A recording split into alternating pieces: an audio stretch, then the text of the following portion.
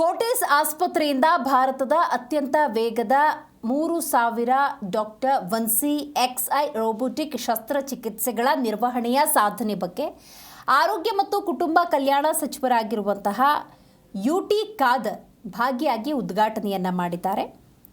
ಭಾರತದಲ್ಲಿ ರೋಬೋಟಿಕ್ ನೆರವಿನ ಶಸ್ತ್ರಚಿಕಿತ್ಸೆಯ ಬೆಳವಣಿಗೆಯಲ್ಲಿ ಐತಿಹಾಸಿಕ ಮೈಲಿಗಲ್ಲನ್ನು ಸಾಧಿಸಿರುವ ಬನ್ನೇರುಘಟ್ಟ ರಸ್ತೆಯ ಫೋರ್ಟಿಸ್ ಆಸ್ಪತ್ರೆ ಅತ್ಯಾಧುನಿಕ ಡಾಕ್ಟರ್ ವಿನ್ಸಿ XI ಶಸ್ತ್ರಚಿಕಿತ್ಸಾ ವ್ಯವಸ್ಥೆಯನ್ನು ಬಳಸಿ ದೇಶದಲ್ಲೇ ಅತ್ಯಂತ ವೇಗವಾಗಿ 3000 ರೋಬೋ ನೆರವಿನ ಶಸ್ತ್ರಚಿಕಿತ್ಸೆಗಳನ್ನು ಪೂರ್ಣಗೊಳಿಸಿದ ಆಸ್ಪತ್ರೆ ಎನ್ನುವಂತಹ ಹೆಗ್ಗಳಿಕೆಗೆ ಪಾತ್ರವಾಗಿದೆ.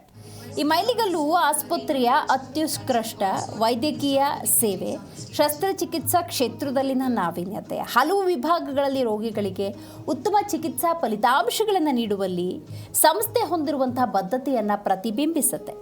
ಈ ವಿಶೇಷ ಮೈಲಿಗಲ್ಲಿನ ಸಂಭ್ರಮಾಚರಣೆಯನ್ನು ಬೆಂಗಳೂರಿನ ದಿ ಲಲಿತ್ ಅಶೋಕ್ ಹೋಟೆಲ್ನಲ್ಲಿ ಆಯೋಜನೆ ಮಾಡಲಾಗಿತ್ತು. ಕರ್ನಾಟಕ ಸರ್ಕಾರದ ಆರೋಗ್ಯ ಮತ್ತು ಕುಟುಂಬ ಕಲ್ಯಾಣ ಸಚಿವರಾದಂಥ ಯುಟಿ ಖಾದರ್ ಮುಖ್ಯ ಅತಿಥಿಯಾಗಿ ಈ ಕಾರ್ಯಕ್ರಮದಲ್ಲಿ ಭಾಗಿಯಾಗಿದ್ದು ಕಾರ್ಯಕ್ರಮದ ಘನತೆಯನ್ನು ಹೆಚ್ಚಿಸಿತು.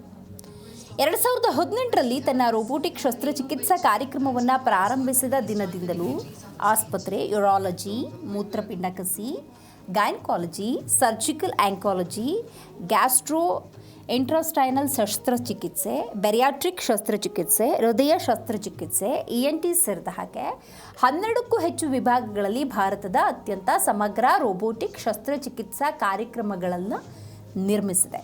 ಫೋರ್ಟಿಸ್ ಬನ್ನೇರುಘಟ್ಟ ಆಸ್ಪತ್ರೆ ಒಂದೇ ಸೂರಿನಡಿ 2 ಡಾಕ್ಟರ್ ವಿನ್ಸಿ XI ರೋಬೋಟಿಕ್ ಶಸ್ತ್ರಚಿಕಿತ್ಸಾ ವ್ಯವಸ್ಥೆಗಳನ್ನು ಹೊಂದಿರುವ ಭಾರತದ ಕೆಲವೇ ಆಸ್ಪತ್ರೆಗಳಲ್ಲಿ ಒಂದಾಗಿದೆ.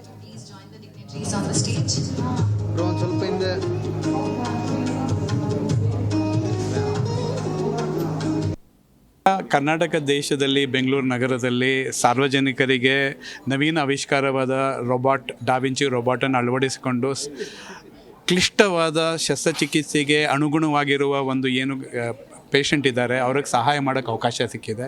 ಅದು 3000 ಜನಕ್ಕೆ ಸಹಾಯ ಮಾಡೋಕ್ಕೆ ಅವಕಾಶ ಸಿಕ್ಕಿದೆ. ಕಮ್ಮಿ ಬೆಲೆಯಲ್ಲಿ ಉತ್ತಮ ಮಟ್ಟದ ಕ್ಲಿನಿಕಲ್ ಔಟ್ಕಮ್, ಉತ್ತಮ ಮಟ್ಟದ ಗುಣ ಮಾಡೋದಕ್ಕೆ ದೇವರು ನಮಗೆ ಅವಕಾಶ ಕೊಟ್ಟಿದ್ದಾನೆ. ಅದು ನಮ್ಮ ಬೆಂಗಳೂರು ನಗರದಲ್ಲಿ ಕೊಟ್ಟಿದ್ದಾನೆ. ಇಡೀ ದೇಶಕ್ಕೆ ದಾರಿದೀಪ ಆಗೋದಕ್ಕೆ ಅವಕಾಶ ಕೊಟ್ಟಿದ್ದಾನೆ. Bangalore leads the world, not just India.